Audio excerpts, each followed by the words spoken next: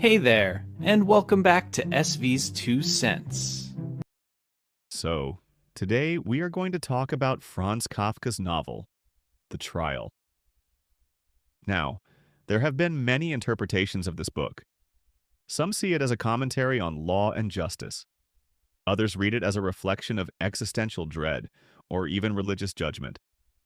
But today, I want to share my take on it. I believe The Trial is ultimately a story about life and about how society quietly arrests our freedom.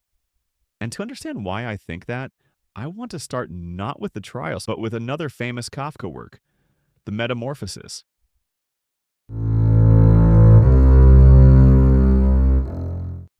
In The Metamorphosis, a man named Gregor Samsa wakes up one morning and discovers he has turned into a giant insect. Now, the book is literally called Die Verwandlung in German, meaning the transformation. And that title is important, because this isn't really a horror story, it's a metaphor. Gregor spends his entire life working a job he hates. He supports his family financially. He sacrifices his own desires, his own humanity, just to fulfill his role, which is to be useful, a functioning piece in other people's lives.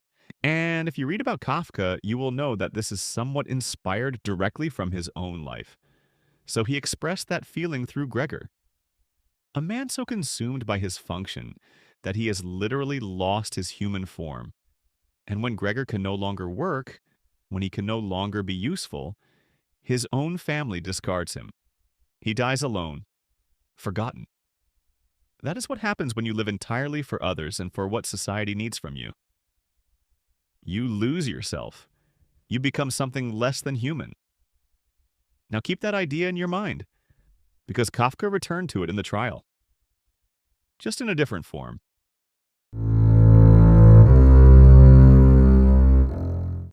So our protagonist, Josef K, turns 30 years old. He is a proper, well-established adult, a senior bank official, leaving behind the carefree years of his 20s. And on that very morning, he is arrested. Now, why 30?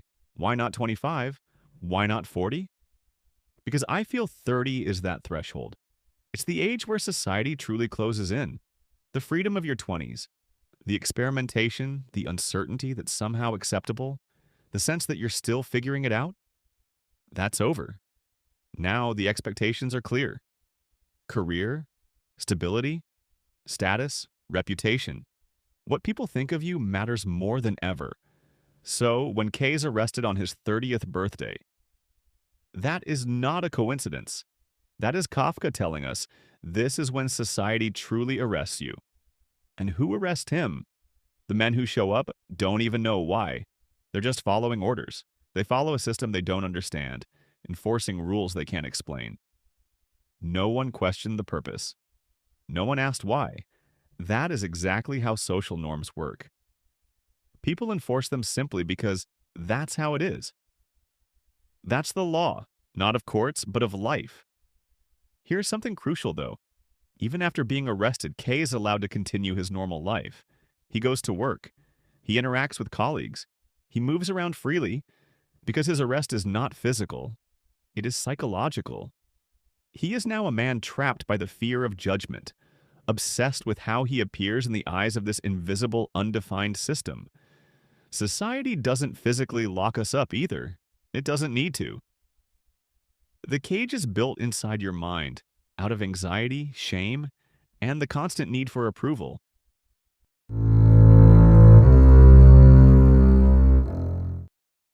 When Kay is called for his first trial, he's still new to his 30s, still carrying some of that rebellious spirit.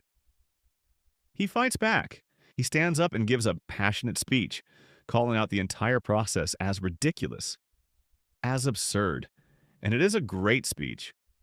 Logical, righteous. He's making real points. But then, his speech is interrupted. A woman in the back of the room moans, causing a distraction and disruption. That's symbolic of lust. Desire, distraction.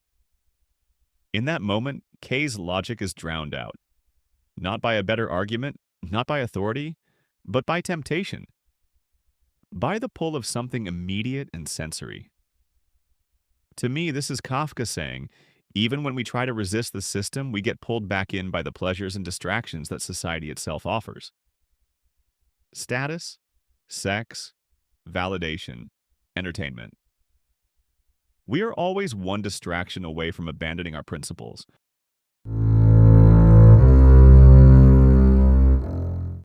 From that point forward, Kay becomes completely obsessed with his trial. He wants to prove himself innocent. He wants to be seen as worthy. He dedicates enormous energy to this pursuit. And here's the thing. Nobody is forcing him. No one is chasing him down. He could walk away and forget about it, then and there. He can freely live his life, but he doesn't. He gets consumed by the need to be validated by a system that may not even be real. Sound familiar? How many of us spend enormous amounts of energy seeking approval from employers, from social media, from society at large? That too when no one is actually forcing us to? We arrest ourselves. Eventually, Kay meets a priest, a figure that can be read as a spiritual guide or even as God, who tells him a parable. A man travels from far away to gain entry. He arrives at a gate. The gatekeeper tells him he cannot enter right now, so the man waits. He waits for days, for years, for his entire life. The gatekeeper occasionally speaks to him, asks him questions, even accepts small gifts, but always says, "Not yet." There are greater gatekeepers beyond this one. You aren't ready. And the man never enters. He grows old and feeble waiting. Right before he dies, he asks, "Why has no one else ever come to this gate?" And the gatekeeper answers, "This gate was made only for you. Now I am going to shut it." Think about that. The gate was made for him, only for him. He had every right to walk through. The gatekeeper was never going to stop him, but the gatekeeper used fear, delay, and confusion to keep him outside. And the man let it happen. He believed the gatekeeper had power over him. And so that belief became his prison. Society works the same way. It tells you you're not ready, you're not enough. Follow these rules first, conform to these standards, earn this approval, and then maybe you can live freely. And people wait, and wait, and die waiting. The priest is telling Kay this directly. He is saying, the court has no real power over you. It only exists because you believe in it. You could have walked away at any point, but Kay doesn't. Even with the answer right in front of him, he cannot break free of his conditioning. And so we arrive at the ending.